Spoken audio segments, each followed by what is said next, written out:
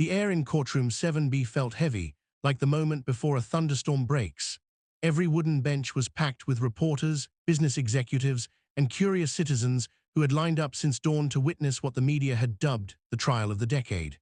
At the front of the room, behind the defendant's table, sat a man in an expensive charcoal suit, his hands clasped tightly together, knuckles turning white from the pressure.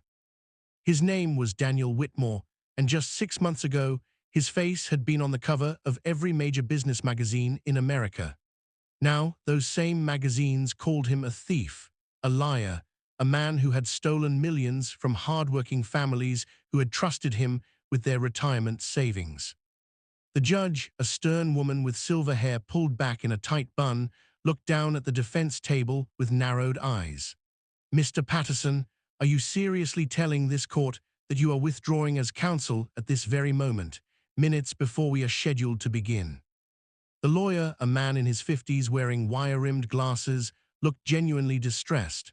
Sweat beaded on his forehead despite the courtroom's efficient air conditioning. "Your Honor, I apologize profusely, but I have no choice. There has been a serious conflict of interest that has just come to my attention, one that makes it impossible for me to ethically continue representing Mr. Whitmore." A wave of gasps and whispered conversations rippled through the gallery. Reporters frantically typed on their phones and laptops. This was already a massive story, and it had just gotten bigger. Daniel Whitmore sat frozen, his face drained of all color. His whole body seemed to shrink in that moment, like a balloon slowly losing air. He looked around desperately, as if hopping another attorney would magically appear to save him. The prosecutor, a sharp-eyed woman named Helen Rodriguez, couldn't hide the small smile playing at the corners of her mouth. This was exactly the kind of chaos that worked in her favor. A defendant without proper representation, scrambling and vulnerable.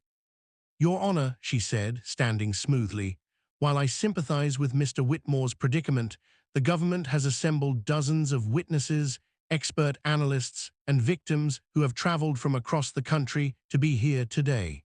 We are prepared to proceed." Judge Morrison rubbed her temples, clearly frustrated. "Mr. Whitmore, do you have alternative counsel prepared?" Daniel shook his head slowly, looking like a man who had just realized he was standing at the edge of a cliff. "No, Your Honor, Mr. Patterson has been my attorney for the past 8 months. I don't know what to do." The judge sighed deeply. "This court will recess for 2 hours.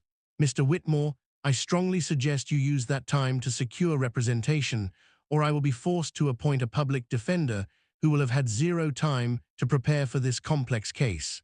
We reconvene at 2 o'clock sharp." The gavel came down with a sharp crack that seemed to echo through Daniel's chest.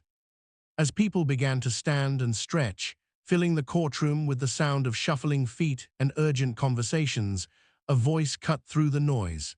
It was young, clear, and completely unexpected. "I can defend him." The courtroom didn't go silent immediately. In fact, for several seconds, people weren't even sure they had heard correctly. But then the voice came again, louder this time, more insistent. "I said I can defend him. I'll be his lawyer." Now heads turned, necks craned. People stood on tiptoes to see who was speaking. The voice was coming from the very back of the courtroom, from the public seating area where ordinary citizens sat squeezed together on hard wooden benches. Standing on one of those benches, so she could be seen over the sea of adults, was a 10-year-old black girl with her hair pulled back in 2 neat ponytails tied with bright yellow ribbons. She wore a simple purple dress with white sneakers that had been scrubbed clean but still showed signs of wear at the toes. Her brown eyes were fierce and determined, fixed straight ahead at the judge's bench with an intensity that seemed impossible for someone so young. For a moment, nobody moved, nobody breathed. The entire courtroom seemed suspended in disbelief. Then the laughter started. It began as a few scattered chuckles from the gallery, then spread like wildfire. Within seconds, the courtroom roared with mocking laughter. People doubled over, slapping their knees. Some pointed at the girl. Others shook their heads as if they had just witnessed the most absurd thing imaginable. "Did she just say she'll defend him?" one reporter wheezed to another. This trial just became a circus, someone else muttered. Where are her parents? A woman in a business suit asked loudly. Someone needs to take that child home. The girl didn't flinch. She stood perfectly still on that bench, her small hands balled into fists at her sides, her chin raised high.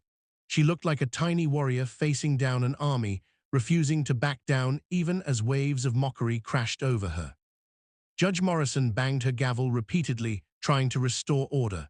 Quiet, quiet in my courtroom. When the laughter finally died down to scattered giggles, the judge looked directly at the girl with a mixture of confusion and concern.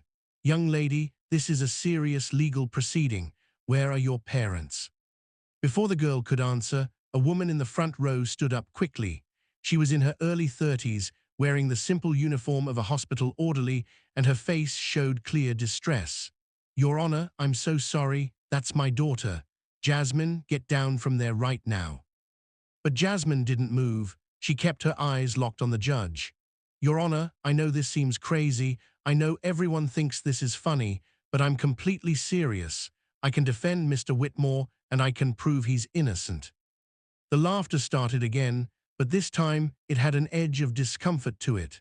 There was something unsettling about the girl's absolute certainty, the way she spoke with such confidence despite being mocked by hundreds of adults. Helen Rodriguez, the prosecutor, stood with an amused expression. Your Honor, obviously this is inappropriate. The child should be removed from the courtroom so we can proceed with serious legal business. I agree, Judge Morrison said firmly. She gestured to the bailiff, a large man with a kind face. Officer Chen, please escort the young lady and her mother out of. Your Honor, please. Jasmine's voice cracked slightly, but she pushed forward. Just give me 2 minutes. 2 minutes to explain, and if you still want me to leave, I'll go quietly, please. The judge paused, her hand hovering over the gavel. Something in the girl's voice made her hesitate. Perhaps it was the desperation, or maybe the strange combination of fear and determination that reminded Judge Morrison of herself many years ago, when she had been a young woman fighting to be taken seriously in a male-dominated profession. 2 minutes, the judge said finally, and I mean exactly 2 minutes. Officer Chen, start the timer. Jasmine took a deep breath, and when she spoke again, her voice was steadier. My name is Jasmine Parker. I'm 10 years old, and I've been studying Mr. Whitmore's case for the past 6 months. I know that sounds impossible, but it's true. I've read every news article, every court document that's been made public, every financial statement that's been filed. I've taught myself about securities fraud, about hedge fund operations, about the difference between gross negligence and intentional deception. A few people stopped smiling. The girl's vocabulary was startling, completely at odds with her age and appearance.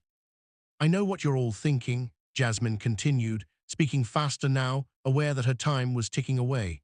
You're thinking there's no way a kid like me could understand any of this, but I do understand. And I understand something that nobody else in this courtroom seems to know. Mr. Whitmore isn't the criminal here. He's being framed, and I can prove it. Daniel Whitmore, who had been staring at the girl in complete shock, suddenly leaned forward in his chair.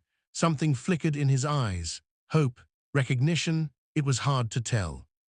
In exactly 47 seconds, Jasmine said, glancing at the clock on the wall, I'm going to tell you something that nobody else in this room knows except for Mr. Whitmore himself. Something that will prove I'm not just some random kid trying to be funny.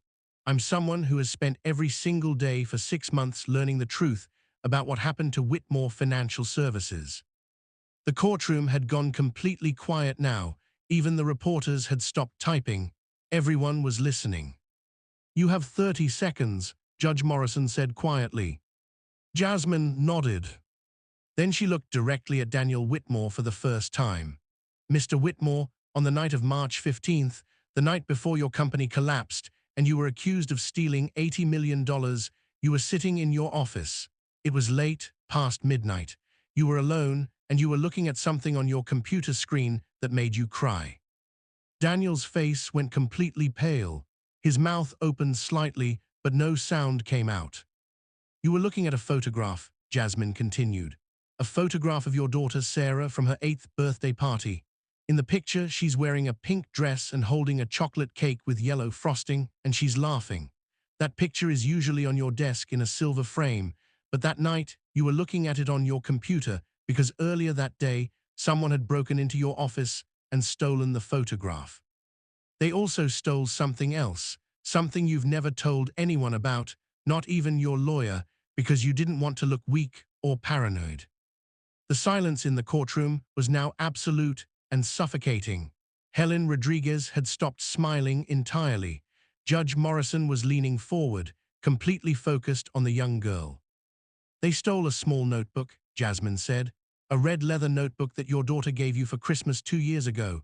Inside that notebook were handwritten notes, notes about your suspicions that someone in your company was stealing money, notes about transactions that didn't make sense, names of employees you were planning to investigate. That notebook was your proof that you were trying to stop the theft, not commit it, and whoever stole it is the real criminal. Daniel Whitmore made a sound then, something between a gasp and a sob. He put his face in his hands. Before anyone could respond, before the courtroom could erupt into chaos again, Jasmine spoke one more time. Her voice was softer now, almost gentle, but it carried clearly through the stunned silence. I know all of this, Mr. Whitmore, because that photograph and that notebook are in my backpack right now. They were given to my mom 6 months ago by a man who said he felt guilty about what he'd done. A man who died 3 weeks later in a car accident before he could tell anyone the truth. His name was Robert Chen, and he was your chief financial officer. He was also my mom's older brother. He was my Uncle Bobby. The courtroom exploded. People jumped to their feet, shouting questions. Reporters were frantically making phone calls. The bailiff had to physically hold back several people who were trying to surge forward. Cameras flashed, despite the strict rules against photography. Judge Morrison was banging her gavel so hard it seemed like it might break, shouting for order. Through all the chaos, Jasmine climbed down from the bench and stood quietly next to her mother, who was crying silently, tears streaming down her face. The woman pulled her daughter close, holding her tightly. Daniel Whitmore was staring at them with an expression of complete shock, his hands trembling as they gripped the edge of the defense table. His mind was racing, trying to understand how this was possible, how a 10-year-old girl could know secrets that he had shared with no one. Helen Rodriguez looked like she had been punched in the stomach. Her carefully prepared case, her certain victory, had just been thrown into complete chaos by a child in a purple dress and worn sneakers. And in the back of the courtroom, a television camera operator who had been filming the entire proceeding for the local news smiled slightly. This footage was going to be everywhere within the hour. The story of the little girl who stood up for justice was going to spread across the country like wildfire. But none of them, not the judge, not the prosecutor, not the reporters, and not even Daniel Whitmore himself, knew the full story yet. They didn't know about the 6 months that Jasmine had spent in her tiny apartment, staying up until 2 in the morning reading legal documents she barely understood, teaching herself about financial crime and corporate law. They didn't know about the nights she had cried herself to sleep, grieving for the uncle she had loved, the uncle who had made a terrible mistake and spent his final months trying to fix it. They didn't know that inside Jasmine's worn backpack, along with the photograph and the red notebook, was a letter that Uncle Bobby had written to his 10-year-old niece 3 days before he died, explaining everything, telling her what really happened, and begging her to find a way to make things right. They didn't know that this 10-year-old girl, this child that they had laughed at and dismissed, was carrying the weight of her uncle's redemption on her small shoulders, determined to honor his memory by exposing the truth, no matter how impossible the task seemed. And they certainly didn't know that this was only the beginning, that the real story, the truth behind Whitmore Financial Services' collapse, was so much bigger and more complicated than anyone imagined. That powerful people who thought they had gotten away with the perfect crime were about to discover that their biggest threat wasn't an experienced attorney or a federal investigator. It was a 10-year-old girl with yellow ribbons in her hair and absolute certainty in her heart that justice, real justice, was worth fighting for no matter what. Judge Morrison finally managed to restore some order to the courtroom. Her face was flushed, and she looked like someone who had just watched her orderly world turn upside down. She pointed her gavel at Jasmine. "Young lady, you and your mother will remain here. Officer Chen, please secure that backpack as evidence and bring it directly to my chambers. This court is now in recess until tomorrow morning at 9 a.m. Nobody leaves this building until I've had a chance to examine whatever evidence this child claims to possess." She stood abruptly, her robes swirling around her.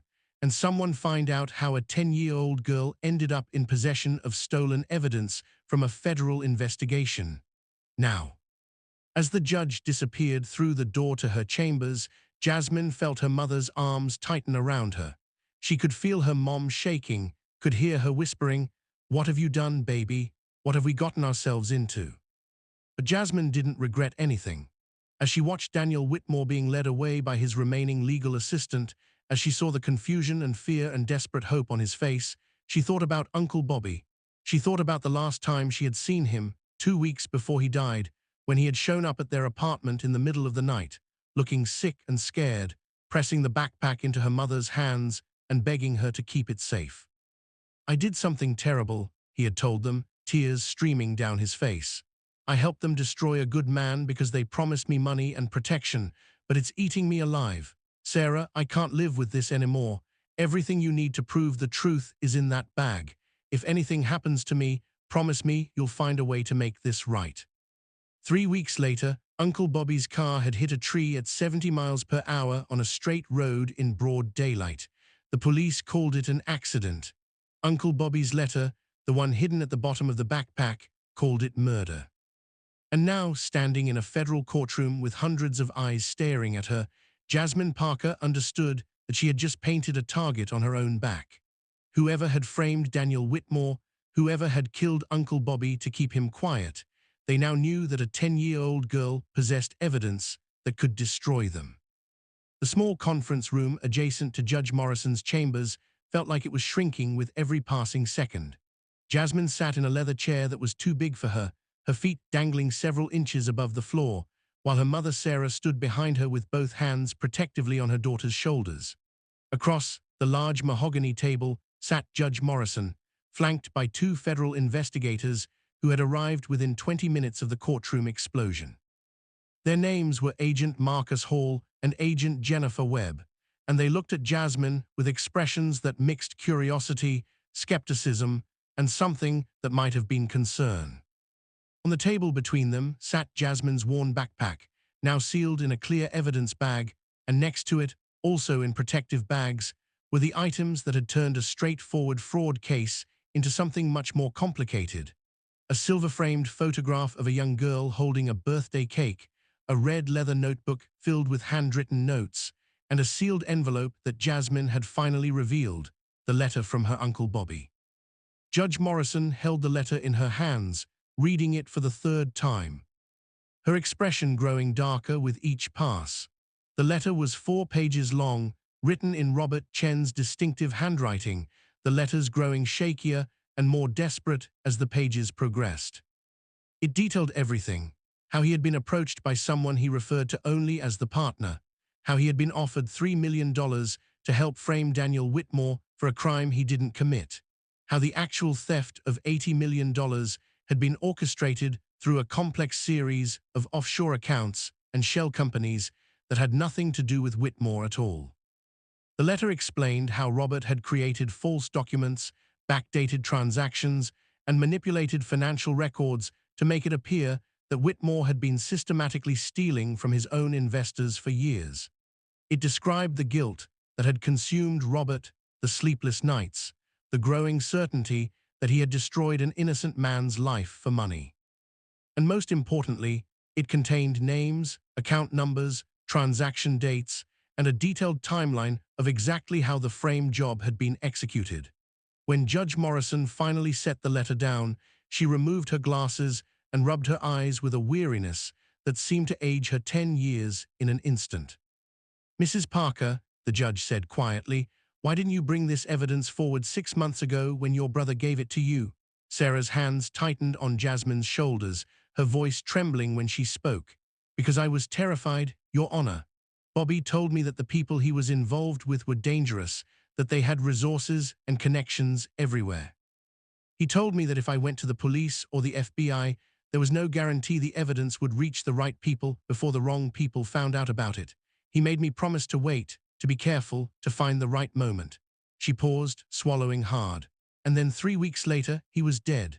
His car wrapped around a tree on a road he'd driven 1,000 times. The police said he must have fallen asleep at the wheel, but Bobby never fell asleep driving. He was the most careful driver I knew. After that, I was even more scared. I have a daughter to protect. I'm a single mother working 2 jobs just to keep us in our tiny apartment. What was I supposed to do? Walk into a police station with evidence that someone had already killed to keep secret? Agent Hall leaned forward, his dark eyes intense. So instead, you let your 10-year-old daughter study the case for 6 months and come up with a plan to reveal the evidence in the middle of a federal trial. Mrs. Parker, do you understand how dangerous that was? Do you understand that whoever framed Daniel Whitmore now knows exactly who you are, where to find you, and what evidence you possess? Before Sarah could answer, Jasmine spoke up, her young voice clear and firm. She didn't let me do anything. I did this on my own. Mom didn't even know I was planning to speak up in court today. She thought we were just going to watch the trial, maybe find a lawyer afterward and give them the evidence privately. All eyes turned to the 10-year-old girl. Agent Webb, a woman in her 40s with sharp features and kind eyes, tilted her head slightly. Jasmine, why don't you tell us exactly what you've been doing for the past 6 months? Start from the beginning. Jasmine took a deep breath, organizing her thoughts the way she had practiced so many times in her bedroom mirror. When Uncle Bobby died, Mom was destroyed. He was her only family besides me. She cried for weeks. One night, about a month after the funeral, I couldn't sleep and I went to get some water from the kitchen. I found Mom sitting at our little table in the dark, and she had Uncle Bobby's backpack open in front of her. She was holding the letter and crying so hard she didn't even hear me come in. I watched her for a few minutes, and then she put everything back in the bag and hid it in the back of her closet. The next morning, after she left for work, I found the backpack and I read the letter. Jasmine's voice wavered slightly, but she pushed forward. Uncle Bobby wrote part of that letter to me, you know, the last page. He said that I was the smartest person he knew, even though I was only 9 at the time. He said that I had a gift for seeing patterns and understanding complicated things. He told me that if something happened to him before he could make things right, he trusted me to figure out what to do with the evidence. He said I was braver than any adult he'd ever met. Tears were streaming down Sarah's face now, but she remained silent, letting her daughter speak. So I started reading everything in the notebook. At first, I didn't understand most of it. What's a hedge fund? What's securities fraud? What's an offshore account? But I'm good at research. I spent hours every day after school at the public library, using their computers to look up every term I didn't understand. I found old news articles about Mr. Whitmore and his company. I found court documents that had been filed publicly. I watched YouTube videos about financial crime. I read books about accounting and investment banking from the library, even though most of them were way too hard for me. But I kept trying, kept learning, kept going back to Uncle Bobby's notes to see if I could understand more. Agent Hall was taking notes rapidly, his expression unreadable. Judge Morrison had put her glasses back on and was watching Jasmine with an intensity that the girl found both frightening and encouraging. After about 3 months, Jasmine continued, I started to really understand what Uncle Bobby had written. I could see how the fake transactions worked, how the money had actually been moved, how the evidence had been planted to make Mr. Whitmore look guilty. And I realized something that Uncle Bobby's letter didn't say directly, but that was obvious once you put all the pieces together. The partner that Uncle Bobby wrote about had to be someone inside Whitmore Financial Services. Someone with access to all the same systems and files that Uncle Bobby had. Someone who could manipulate records without raising suspicion. Someone who knew Mr. Whitmore well enough to predict how he would react, what he would do, where he would be. Agent Webb leaned forward. And did you figure out who that person was? Jasmine shook her head. Not exactly. Uncle Bobby never wrote down the real name, but I have a pretty good idea. We're only 5 people in the company who had the kind of access necessary to pull this off. Uncle Bobby was one of them. Mr. Whitmore was another, but obviously he's the one being framed. That leaves three people: Patricia Morrison, the chief legal counsel, James Bradford, the head of operations, and Kevin Zhang, the senior vice president of investments. One of those three people is the partner. Judge Morrison set down her pen with a sharp click. Patricia Morrison, any relation to me? Jasmine shook her head quickly. I don't think so, Your Honor. Morrison is a pretty common name, but that's part of what made this so hard. I couldn't just go to the police with my suspicions because I don't have direct proof of who the partner is. All I have is Uncle Bobby's notes and his letter, which proves that someone framed Mr. Whitmore but doesn't give me the name of the main person responsible. Uncle Bobby either didn't want to write it down because it was too dangerous, or maybe he genuinely didn't know the real identity. The letter says he only ever communicated with the partner through encrypted messages and one time met them in person, but they wore a disguise. There was a long moment of silence in the room. Finally, Judge Morrison spoke, her voice heavy with the weight of what she was about to say. Jasmine, what you've done is extraordinarily brave, but Agent Hall is right. It's also extraordinarily dangerous. The evidence you've provided changes everything about this case. If what your uncle wrote is true, and I have no reason to doubt it given the specificity of the information, then Daniel Whitmore is an innocent man who has spent the last 6 months watching his life fall apart while the real criminals remained free. But those criminals are still out there, and now they know that evidence exists which could expose them. Do you understand what that means? Jasmine nodded solemnly. It means they might try to hurt us, like they hurt Uncle Bobby. Exactly, Agent Hall said grimly, which is why, effective immediately, you and your mother are going into protective custody. We'll move you to a safe location tonight, provide 24-hour security, and keep you there until we can verify this evidence and make arrests. Sarah gasped. What, for how long? I have to work. Jasmine has school. We can't just disappear.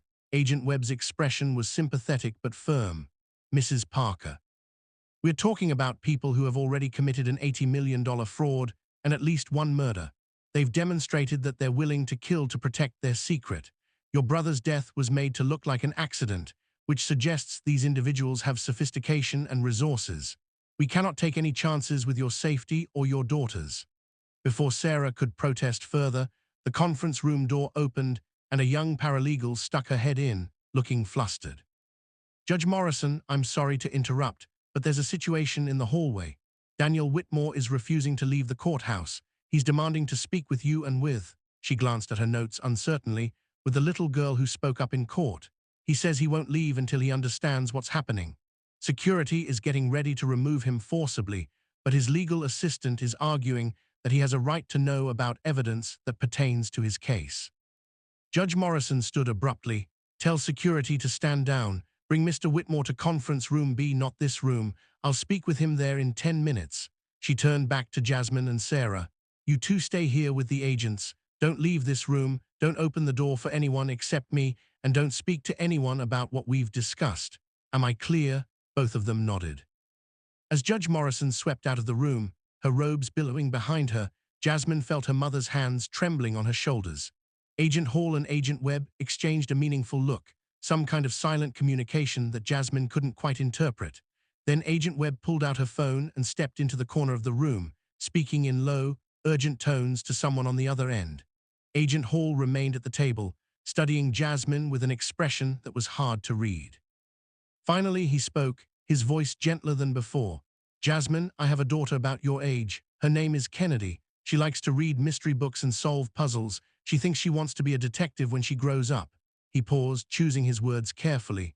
If Kennedy had done what you did today, standing up in that courtroom, revealing evidence in front of hundreds of people, I would be proud of her courage. But I would also be absolutely terrified for her safety. Do you understand why? Jasmine met his eyes steadily. Because courage doesn't protect you from bullets or car accidents that aren't really accidents. Agent Hall nodded slowly. Exactly, so I need you to promise me something.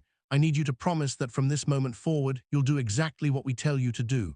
You'll go where we say to go, stay where we tell you to stay, and you won't try to be a hero anymore. Can you promise me that? Jasmine hesitated. It wasn't that she wanted to be difficult or stubborn, but there was something in Agent Hall's tone, something in the way he was looking at her, that made her uneasy. She had spent 6 months learning to trust her instincts, learning to notice small details that others missed, and right now her instincts were telling her that something wasn't quite right about this situation. Before she could respond, Agent Webb returned from her phone call, slipping her phone back into her jacket pocket. The protective detail is ready. We can move them within the hour to a secure location in Virginia. All the arrangements have been made. Sarah spoke up, her voice strained.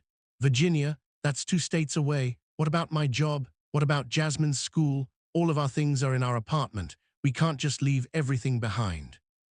Agent Webb's expression remained professional and sympathetic. I understand this is difficult, Mrs. Parker, but we're talking about a temporary measure just until we can verify the evidence and make arrests.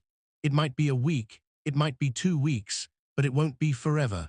We'll have people collect essential items from your apartment, and we'll work with your employer to arrange leave. As for Jasmine's school, we can arrange for her to complete her work remotely or provide tutoring at the safe house. Everything they were saying made perfect sense. It was logical, professional, exactly what you would expect federal agents to say in this situation. But Jasmine couldn't shake the feeling that something was wrong. She found herself thinking about Uncle Bobby's letter, about the specific warning he had included. Sarah, be careful who you trust. The partner has connections everywhere, including in law enforcement. That's how they've managed to keep this whole thing quiet. Make sure when you reveal the evidence, you do it in a way that's so public that it can't be quietly buried. She had revealed the evidence publicly, just as Uncle Bobby had suggested. Hundreds of people had witnessed it. It would be on the news by now, probably spreading across social media. That part of the plan had worked perfectly. But now these agents wanted to take them somewhere isolated, somewhere away from cameras and witnesses, somewhere nobody would be watching. Jasmine turned to look up at her mother. Sarah was stressed and frightened, clearly struggling with the decision, wanting to do whatever would keep her daughter safe, but also overwhelmed by how fast everything was moving. In that moment, Jasmine made a choice. She slid off the oversized leather chair and stood up straight, squaring her small shoulders the way she had in the courtroom. Agent Hall, Agent Webb, thank you for your concern about our safety. But I think we need to talk to Mr. Whitmore before we go anywhere. Agent Hall frowned. Jasmine, that's not how this works. We need to get you to safety immediately. You can speak with Mr. Whitmore later, once the situation is secure. No, Jasmine said firmly. We need to speak with him now, in front of witnesses, in front of Judge Morrison. Because Uncle Bobby's letter said to be careful about who we trust, and right now the only person whose innocence I'm absolutely sure about is Mr. Whitmore. He's the one person who definitely is the partner, because he's the one being framed. Agent Webb's expression flickered, just for a second, with something that might have been annoyance or might have been concern. Jasmine, I understand you're scared and you're trying to be careful, but Agent Hall and I are federal investigators. We are the good guys. We are here to help you. I know, Jasmine said, keeping her voice steady even though her heart was pounding so hard she could hear it in her ears. But Uncle Bobby said the partner has connections in law enforcement. He said that's how they've kept everything quiet. So until we know exactly who the partner is and who's working with them, I don't think we should go anywhere private with anyone. I think we should stay here, in the courthouse, where there are cameras and security guards and lots of witnesses. The room went very quiet. Sarah looked between her daughter and the agents, clearly unsure what to think. Agent Hall's friendly expression had vanished, replaced by something much harder and more calculating. Agent Webb had gone completely still, her hand resting casually near her jacket, near where Jasmine assumed her gun was holstered. Then Agent Hall did something that confirmed every one of Jasmine's fears. He smiled, but it wasn't a nice smile anymore. It was the smile of someone who had just realized their cover was blown and had decided to stop pretending. You're a very smart little girl, Jasmine. Your uncle was right about that. Too smart for your own good, as it turns out. He stood up slowly, and Agent Webb did the same, both of them moving with a casual precision that was somehow more threatening than if they had drawn weapons. Here, what's going to happen? Agent Hall continued, his voice still calm but now carrying an edge of steel. You and your mother are going to come with us, right now, very quietly. We're going to walk out of this courthouse through the service entrance where there are no cameras. You're going to get into our vehicle, and we're going to drive to a location where we can have a more private conversation about that evidence. If you cooperate, if you give us everything your uncle left you and tell us whether he made any copies or told anyone else, then you and your mother will be allowed to go on with your lives. You'll have an unfortunate accident eventually, something plausible, but not right away. Maybe in a few months or a year, giving you time to get used to the idea that everything is fine. Sarah grabbed Jasmine, pulling her daughter behind her, backing toward the door. You're not agents, are you? You're working for the partner. We are agents, Agent Webb said coldly. Real credentials, real badges, real authority. That's what makes this whole thing so perfect. Who's going to question two federal agents taking witnesses into protective custody? But yes. We also work for someone who pays much better than the federal government and who really needs to have a conversation with you about that evidence before it causes any more problems. Sarah reached for the door handle, but Agent Hall moved with surprising speed, crossing the room in 3 long strides and blocking their path. Don't make this harder than it needs to be. There's no one on the other side of that door. We made sure of that before we came in here. Judge Morrison is busy with Whitmore. The paralegal has been sent home, and this wing of the courthouse is essentially empty right now. It's just the 4 of us. Jasmine felt her mother's body tensing, preparing to fight or scream or do something desperate. But before Sarah could act, before the situation could explode into violence, the door to the conference room burst open so hard it slammed against the wall. Standing in the doorway, breathing hard as if he had been running, was Daniel Whitmore. Behind him was a woman Jasmine recognized from news photos as Helen Rodriguez, the prosecutor, and behind her were 2 uniformed courthouse security guards. Daniel took in the scene instantly, the 2 fake agents blocking the door, Sarah and Jasmine cornered, the palpable tension in the air. His expression transformed from confusion to fury in less than a second. "Get away from them," he said, his voice shaking with anger. "Right now." Agent Hall and Agent Webb froze, clearly trying to calculate their options. They were outnumbered now, and while they were armed, using their weapons in front of multiple witnesses, including a federal prosecutor, would end any chance of maintaining their cover or escaping the situation. Helen Rodriguez pushed past Daniel, her sharp legal mind obviously already working on what she was witnessing. What exactly is going on here? Judge Morrison sent me to check on Mrs. Parker and her daughter because she was concerned about how quickly you two, she gestured at the fake agents, had arranged protective custody. She wanted me to verify your credentials before anyone left the building. She pulled out her phone, her eyes never leaving Agent Hall and Agent Webb. So let's do that right now. Let's call FBI headquarters and confirm that you two are who you say you are and that this protective custody arrangement was properly authorized. For a long moment, nobody moved. Then Agent Webb's hand twitched toward her jacket, and one of the security guards immediately drew his weapon. "Don't even think about it," the guard said firmly. "Hands where I can see them, both of you." The 2 fake agents slowly raised their hands, and Jasmine felt her mother's arms wrap around her so tightly she could barely breathe. Daniel crossed the room quickly, positioning himself between Jasmine and the 2 agents as if his body could serve as a shield. Helen Rodriguez was already on the phone, speaking rapidly to someone, her expression growing darker with every passing second. When she ended the call, she looked at the security guards. FBI headquarters has no record of protective custody being arranged for these witnesses. No record of these 2 agents being assigned to this case at all. In fact, she paused, her voice dripping with disgust, the credentials they showed Judge Morrison belong to real agents who are currently on assignment in California and Seattle. Call actual FBI immediately, call local police. I want these 2 arrested and this entire floor locked down. Nobody leaves this building until we figure out what the hell is going on here. As the security guards moved to restrain the fake agents, as more security personnel poured into the hallway outside, as the situation transformed from a quiet kidnapping attempt into chaos, Jasmine looked up at Daniel Whitmore. He was staring down at her with an expression of wonder and gratitude and something like awe. "You saved my life," he said quietly, his voice thick with emotion. "That letter, that evidence, it's going to prove I'm innocent. After 6 months of everyone thinking I'm a monster, after losing everything I built, after having my own family stop speaking to me because they believed I was a thief, you're going to save my life. A 10-year-old girl I've never met."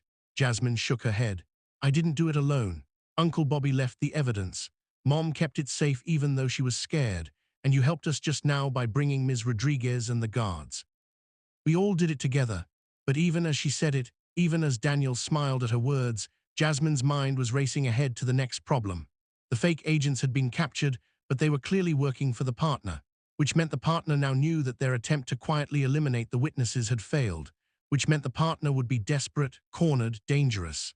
And somewhere in this city, maybe somewhere in this very courthouse, the partner was making their next move. The question was, what would they do when they realized that subtlety had failed and that desperate times called for desperate measures? Jasmine didn't have to wait long for the answer, because at that exact moment, somewhere on the floor below them, a fire alarm began to blare, its harsh sound echoing through the courthouse. And Jasmine realized with a cold certainty that this wasn't a drill or an accident. This was the partner's next move, a way to create chaos, to force everyone out of the building, to create an opportunity in the confusion. The game wasn't over, it was just getting started. The fire alarm screamed through the courthouse with a piercing wail that made Jasmine's ears ring and her heart hammer against her ribs like it was trying to escape from her chest. Within seconds, the hallway outside the conference room erupted into controlled chaos as courthouse employees began evacuating according to their emergency protocols, their voices rising over the alarm as they called out to each other and guided civilians toward the exits. Helen Rodriguez immediately grabbed her phone again, her prosecutor's instincts sharp as a razor as she barked orders into it, demanding that someone verify whether there was an actual fire or if this was a false alarm. But her voice was nearly drowned out by the relentless shrieking of the alarm system. One of the security guards was already on his radio, speaking urgently to whoever was coordinating the building's response, while his partner kept his weapon trained steadily on the two fake agents who stood with their hands raised, their expressions now carefully blank and unreadable. Daniel Whitmore moved closer to Jasmine and Sarah, his body language protective, and Jasmine noticed that his hands were shaking slightly even though his face was set with determination. Sarah pulled Jasmine even tighter against her side, and Jasmine could feel her mother's racing heartbeat through their pressed-together bodies, could sense the fear radiating off her like heat from a furnace. The security guard with the radio suddenly looked up, his face pale beneath his dark skin, and shouted to be heard over the alarm, "There's no fire detected by any of the sensors. This is a manual pull station activation on the 3rd floor. Building security is trying to locate which station was pulled." Helen Rodriguez's sharp eyes narrowed to slits as she processed this information, her legal mind clearly racing through possibilities and implications. "It's a distraction," she said, her voice cutting through the noise with absolute certainty. "Someone wants to force an evacuation, wants everyone flooding out of the building in confusion. We need to lock down this floor immediately. Nobody moves until we know what we're dealing with." But even as she spoke, even as the security guards nodded their agreement, Jasmine felt something cold settle into her stomach, an intuition that had been growing stronger throughout this entire ordeal, sharpened by 6 months of studying crime and deception and the ways that people tried to hide their guilt. She pulled away from her mother slightly, looking up at the adults gathered in the conference room doorway, her young voice somehow carrying clearly despite the alarm's wail. "It's not just a distraction to get everyone out of the building. It's a distraction so someone specific can move through the building without being noticed. Everyone's focused on the evacuation, on getting people to safety, on finding whoever pulled the alarm. Nobody's watching the people who are supposed to be here, the people with badges and authority who can go anywhere during an emergency." Daniel looked down at her sharply, understanding dawning in his eyes. The partner. "They're making their move right now, while everyone's distracted." Jasmine nodded, her mind racing as she tried to think 3 steps ahead the way Uncle Bobby had always taught her to do when they played chess together in the tiny kitchen of her apartment. Back before everything had fallen apart, they know the fake agents failed. They know we're still alive and we still have the evidence. They can't let us leave this building with it, can't let us hand it over to real investigators who aren't on their payroll. So they need to either get the evidence or get us, and they need to do it in the next few minutes while everything is chaos. Helen Rodriguez was already moving, her phone pressed to her ear again as she rapid-fired instructions to someone. "I want every exit monitored, every stairwell covered, and I want real FBI agents here now, not whoever these two are pretending to be. And someone shut off that damn alarm so we can think." The alarm cut off abruptly, leaving a ringing silence that was almost worse than the noise had been, a silence filled with tension and unspoken fear, and the sound of hundreds of footsteps echoing through the building as people continued to evacuate despite the lack of continued alarm. In that sudden quiet, one of the fake agents, the one Jasmine had known as Agent Webb, laughed softly, a sound that held no humor at all. "You think you're so smart, little girl. You think you figured it all out. But you have no idea who you're dealing with. The partner has been planning this for 3 years, has contingencies for every possible scenario, has more resources and connections than you could possibly imagine. You've already lost. You just don't know it yet." Before anyone could respond to this taunt, before the security guard could tell the fake agent to shut up, a new voice spoke from the hallway behind them, a voice that was smooth and cultured and utterly calm despite the chaos of the moment. "She's right about one thing. You really don't know who you're dealing with. But then again, neither does she, because I'm not who anyone thinks I am." Everyone spun toward the voice, and Jasmine felt her breath catch in her throat as she saw who had spoken. Standing in the hallway, perfectly calm and composed despite the evacuation happening around her, was Patricia Morrison, the chief legal counsel of Whitmore Financial Services, the woman whose name had been on Jasmine's short list of 3 possible suspects. She was in her early 50s, impeccably dressed in a charcoal gray suit that probably cost more than Sarah made in 3 months, her silver-streaked dark hair pulled back in an elegant twist. She looked exactly like what she was supposed to be, a high-powered corporate attorney who had worked her way up through sheer brilliance and determination. But the small gun in her right hand, held with the casual competence of someone who knew exactly how to use it, told a very different story. Helen Rodriguez started to reach for her own weapon, but Patricia shook her head almost sadly. "Don't, Ms. Rodriguez. I'm a very good shot, and I promise I'm faster than you are. I don't want to hurt anyone if I can avoid it, but I absolutely will if you force my hand." The security guards had their weapons out, but they were frozen in a terrible dilemma because Patricia had positioned herself perfectly, standing at an angle where any shot fired at her might hit evacuating courthouse employees in the hallway behind her, might create even more chaos and danger. Patricia smiled slightly, acknowledging their predicament without saying a word. "Hear what's going to happen," she continued, her voice never rising above a conversational tone. "Young Jasmine and her mother are going to come with me. We're going to walk out of this courthouse together, looking exactly like an attorney escorting 2 frightened witnesses to safety during an emergency. Nobody is going to stop us, because stopping us would create a scene that would endanger all these nice people who are just trying to evacuate safely.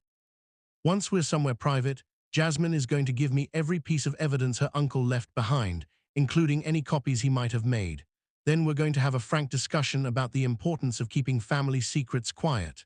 Daniel stepped forward, his face flushed with anger that seemed to have been building for 6 months and was finally finding a target. "Patricia, it was you. You've been with the company for 15 years. I trusted you with everything. I gave you equity in the firm. How could you do this to me?" Patricia's expression didn't change, but something flickered in her eyes, something that might have been regret or might have been contempt. "Daniel, you brilliant, naive fool. Do you know how exhausting it was, watching you get all the credit for building Whitmore Financial Services when I was the one who actually understood how to structure the deals, how to navigate the regulations, how to keep everything legal? You were the face, the charismatic leader everyone loved, while I was the invisible genius in the background making sure your vision didn't collapse into litigation and bankruptcy. 15 years of being invisible, Daniel. 15 years of watching you become wealthy beyond imagination, while I got a salary and some equity that would never make me truly rich. So when the opportunity came to walk away with $80 million and let you take the fall for it, yes, I took it. And I'd do it again." Jasmine felt her mother's hands tighten on her shoulders, felt Sarah's whole body tensing to fight or run or do something desperate. But Jasmine's mind was working frantically, processing everything Patricia had just revealed and everything she hadn't revealed, looking for the pattern underneath the pattern. Something wasn't adding up. Some piece of the puzzle didn't fit right. And after 6 months of studying this case from every possible angle, Jasmine had learned to trust that feeling of wrongness. She spoke up, her young voice clear and steady despite her fear. "You're lying, not about being the partner, that part is obviously true, but you're lying about the money. Uncle Bobby's letter said the partner was motivated by greed, and $80 million is definitely greedy. But you don't act like someone who's trying to protect stolen money. You act like someone who's trying to protect a secret." Patricia's eyes fixed on Jasmine with an intensity that was terrifying, like a predator that had just noticed particularly clever prey. "What makes you say that, little girl?" Jasmine took a shaky breath, forcing herself to think clearly even though her legs felt like water and her heart was trying to beat its way out of her chest. "Because if you just wanted money, you would have disappeared the moment Mr. Whitmore was arrested. You could have taken your $80 million and retired to some country without extradition and lived like a queen for the rest of your life. But you didn't. You stayed. You kept working for the company even after it collapsed, even after there was no reason to stay because there was no company left to work for. The news articles said you were one of the only senior executives who didn't abandon Mr. Whitmore immediately, that you kept trying to help him find legal defense even though you claimed you believed he was guilty. That doesn't make sense for someone motivated purely by greed." She paused, gathering her courage. "It makes sense for someone who needed to stay close to the case, to make sure the evidence stayed buried, to make sure nobody looked too closely at the wrong things. You weren't protecting money, you were protecting something else, something that stealing $80 million would accomplish besides just making you rich."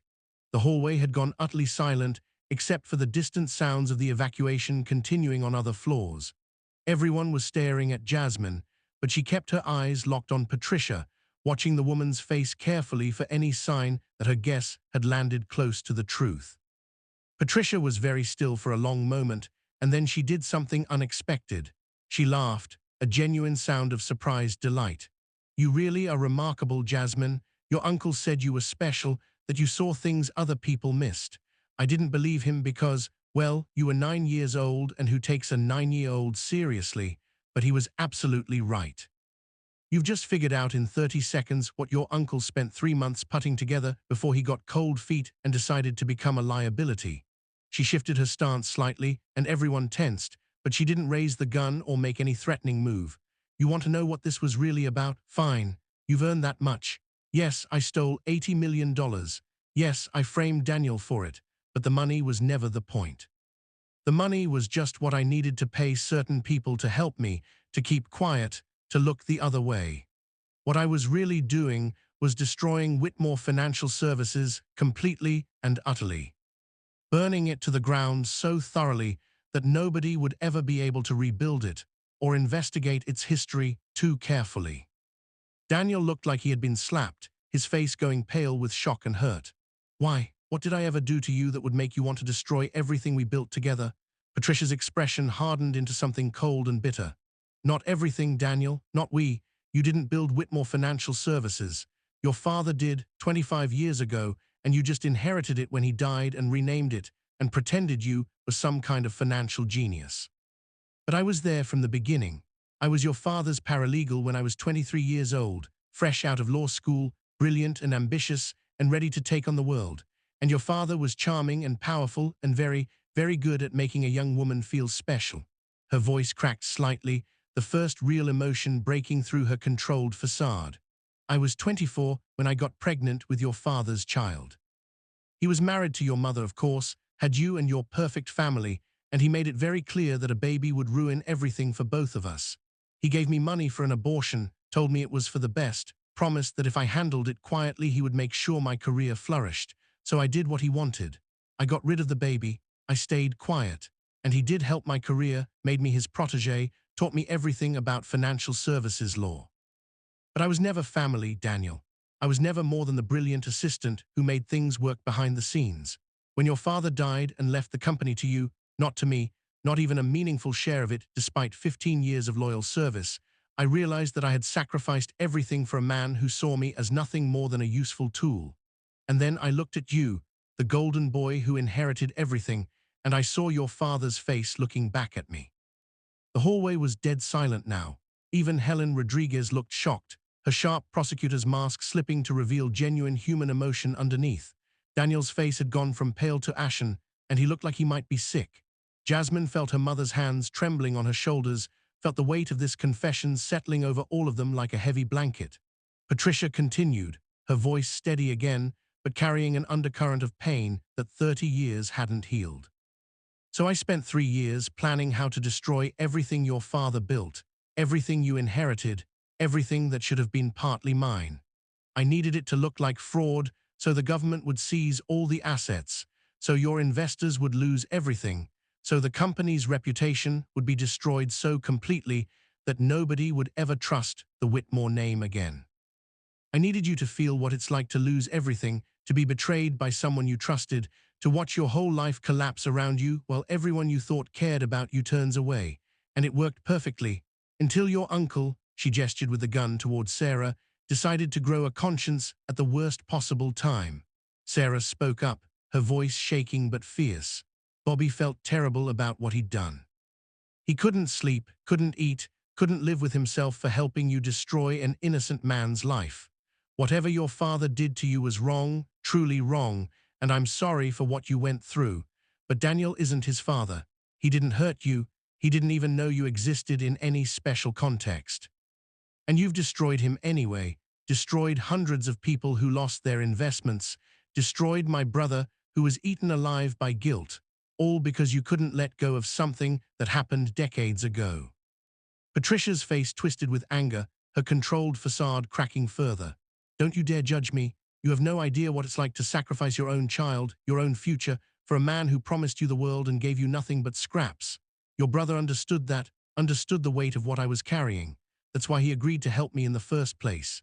He had his own reasons for hatting men like Daniel Whitmore, men born into privilege who never have to struggle for anything. But then he got weak, started talking about innocence and justice and making things right, and I couldn't allow that. I tried to reason with him, tried to make him see that we had come too far to turn back, but he wouldn't listen. So yes, I arranged his accident. I made sure he wouldn't be able to testify, wouldn't be able to undo everything we had accomplished. And I'm sorry about that truly, because I actually liked Robert, but he was going to ruin everything. Sarah made a sound like a wounded animal, a cry of grief and rage so primal that it seemed to come from somewhere deep in her soul.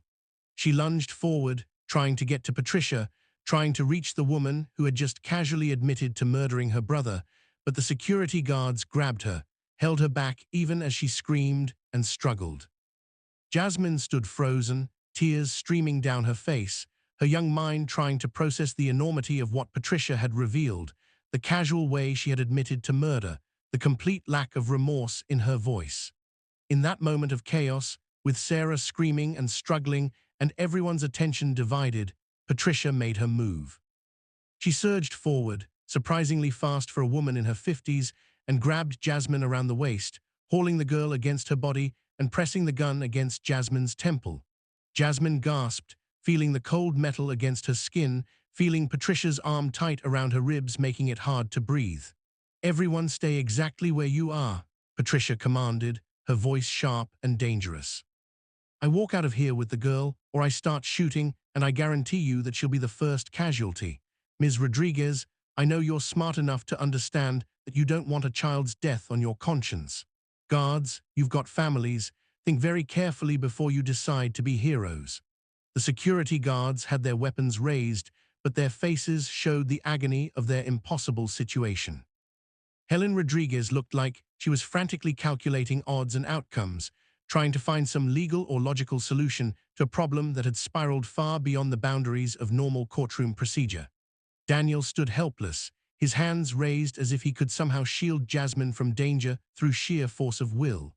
And Sarah, held back by the guards, was sobbing Jasmine's name over and over, her voice breaking with desperation. Patricia started backing toward the emergency stairwell, dragging Jasmine with her, the gun never wavering from its position against the girl's head. "You're all going to stay right here for 5 minutes. If anyone follows me before then, the girl dies. After 5 minutes, you can do whatever you want, call whoever you want, but by then I'll be long gone. There are ways out of this building that don't involve the main exits, routes that were built into the original structure for emergencies, routes that I had mapped out long before today. You're not going to find me." She was at the stairwell door now, using her body to push it open while keeping Jasmine held tight against her. "It's nothing personal, sweetheart," she said quietly to Jasmine. "You're actually quite impressive.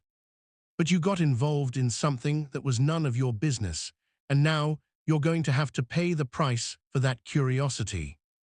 But Jasmine, despite her terror, despite the gun pressed against her head, and the knowledge that she was seconds away from disappearing into a stairwell with a murderer, had been listening very carefully to everything Patricia had said. And she had noticed something, one crucial detail that Patricia had revealed without meaning to, one piece of information that changed everything. She went limp suddenly, becoming dead weight in Patricia's arms, and in the instant that Patricia adjusted her grip to keep Jasmine from sliding to the floor, Jasmine shouted as loud as she could, "She can't shoot. The gun isn't loaded." She said she didn't want to hurt anyone if she could avoid it, but Uncle Bobby's letter said the partner was ruthless and had already killed him. If she had bullets, she would have shot her way out already instead of negotiating. It's just for show. Patricia's face transformed into a mask of fury, and she pulled the trigger. The gun clicked on an empty chamber, a hollow sound that seemed impossibly loud in the stunned silence that followed. Jasmine had been right. The gun wasn't loaded. And in the half-second that everyone processed this information, Daniel Whitmore moved. He had been a college athlete once, a running back who had been good enough to consider going pro before he chose business school instead. And some of that old speed and power was still there. He crossed the distance between himself and Patricia in 3 explosive strides, hitting her with his shoulder and driving her away from Jasmine and into the wall with enough force to knock the wind out of her lungs. The empty gun clattered to the floor. The security guards were there instantly, pulling Patricia down and securing her hands behind her back with practiced efficiency while she gasped for breath and cursed them all. Helen Rodriguez grabbed Jasmine, pulling her away from the chaos and back towards Sarah, who immediately wrapped her daughter in her arms and held her so tightly that Jasmine thought her ribs might crack, but she didn't care because she was alive and safe and it was over. Daniel stood against the wall, breathing hard, looking down at Patricia with an expression that mixed betrayal and grief and anger and something that might have been pity. "I'm sorry for what my father did to you," he said quietly. "I'm sorry you carried that pain for so long and that it twisted into something so dark. But you were wrong about one thing. I did build Whitmore Financial Services into what it became. Yes, I inherited the foundation, but I built the rest, and I built it honestly. And now I'm going to rebuild it again, and this time everyone will know the truth about what really happened. Your revenge failed, Patricia. All you accomplished was temporary damage and permanent guilt." Patricia looked up at him, her elegant hair coming loose from its twist, her expensive suit rumpled and dirty from being forced to the ground, and for just a moment her mask cracked completely and the pain underneath showed through raw and bleeding. "You don't understand," she whispered. "You never will. Men like you and your father, you take and take and take, and you never even realize what you're destroying. You never even notice." Then her mask slammed back into place, and she stopped talking entirely, her face going blank and closed as the security guards hauled her to her feet. Helen Rodriguez was already on her phone again, this time speaking to what sounded like actual FBI agents, her voice rapid-fire and professional as she explained the situation and demanded immediate response. The 2 fake agents, still standing with their hands restrained, were staring at Patricia with expressions that suggested they were already calculating how to distance themselves from her now that everything had fallen apart. And in the midst of all this chaos, all this resolution and consequence and justice finally beginning to take shape, Jasmine stood wrapped in her mother's arms and thought about Uncle Bobby. She thought about the letter he had written her, about his belief that she could make things right, about his trust in her intelligence and courage. She thought about how he had tried to fix his mistake at the end, how he had died trying to make amends for the role he had played in this terrible scheme. And she realized that Uncle Bobby had been right about one more thing, something he had written in the last paragraph of his letter to her. "Justice isn't always perfect, Jasmine. Sometimes good people do bad things for complicated reasons. Sometimes bad people have good reasons for becoming what they are. Your job isn't to judge everyone or to make everyone pay for every mistake. Your job is to find the truth and give people a chance to do better. That's all any of us can really do." Patricia Morrison would go to prison now, would pay for the fraud and the murder and the conspiracy. The fake agents would face their own charges. Daniel Whitmore would be exonerated, would have his reputation restored, would get a chance to rebuild his life and his company. Sarah would get justice for her brother and hopefully some peace for the trauma they had both endured. But Jasmine understood now that the story was more complicated than just good versus evil, that Patricia had started as a victim before she became a victimizer, that Uncle Bobby had been both perpetrator and hero, that justice was messy and imperfect, and sometimes the best outcome was simply that the truth came to light. 3 months later, on a sunny Saturday afternoon in April, Jasmine sat at a new desk in a new apartment that was significantly larger and nicer than the cramped place she and her mother had lived before. The apartment had been a gift, sort of, from Daniel Whitmore, though he had been very careful to structure it in a way that didn't make Sarah feel like charity.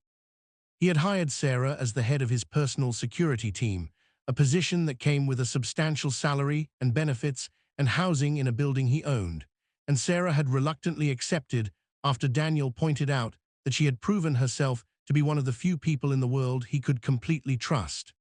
The desk where Jasmine sat was covered with books, but they weren't mystery novels or children's stories. They were law books, business textbooks, books about ethics and justice, and the complicated relationship between the two. On the wall above her desk was a framed photograph of Uncle Bobby, smiling at the camera with that gentle expression that she remembered so well. Next to it was a framed letter, the last page of Uncle Bobby's confession, the part where he had told her that she was brave and brilliant and capable of extraordinary things. There was a knock on her bedroom door, and her mother poked her head in. "Jasmine, honey, there's someone here to see you." Jasmine looked up curiously as Sarah opened the door wider and Daniel Whitmore stepped in, looking slightly nervous. He had regained some weight since the trial, had started smiling again, looked more like the confident businessman from the old magazine covers. But there was something different about him now too, a humility and awareness that hadn't been there before, understanding that privilege wasn't the same as invincibility. "Hi, Mr. Whitmore," Jasmine said politely, standing up from her desk. "Mom said you were coming by, but I forgot what day." Daniel smiled. "It's fine. I know you've been busy with school and everything else. I actually came by because I wanted to talk to you about something important." He glanced at Sarah, who nodded encouragingly and then quietly left the room, closing the door to give them privacy. Daniel pulled out Jasmine's desk chair and gestured for her to sit. Then he sat on the edge of her bed, his hands clasped together. "Jasmine, I've been thinking a lot about what happened, about how close I came to spending the rest of my life in prison for something I didn't do, about how you risked everything to expose the truth. And I've been thinking about Patricia too, about what she said about being invisible, about spending her whole career being brilliant but never getting credit for it. And I realized something. She was right about some things, even if she was wrong about how she chose to respond to them. There are a lot of brilliant people who get overlooked, who work behind the scenes making things happen while other people get all the glory, and I want to change that." He reached into his jacket pocket and pulled out a business card, handing it to Jasmine. The card read, "The Robert Chen Foundation for Young Justice Advocates," and listed an address and phone number. "I'm starting a foundation in your uncle's name," Daniel explained. "It's going to provide scholarships and mentorship for young people, especially young people from underrepresented backgrounds who are interested in law and justice and making the world better. I'm funding it with $10 million from my personal accounts, and I'm going to raise more from other donors. And I want you to be part of it, Jasmine. I want you to help decide who gets scholarships, to talk to the kids who apply about why justice matters, to share your story with people who need to hear it." Jasmine stared at the card, feeling tears prick at her eyes. "You're naming it after Uncle Bobby, even though he helped Patricia frame you?" Daniel nodded seriously. "Robert Chen made a terrible mistake, but at the end of his life he tried to fix it. He left evidence that saved me, even though he knew it would probably cost him his life. That takes courage, Jasmine. That takes character. And more importantly, he saw something special in you and he trusted you with the truth. I think that deserves to be remembered and honored."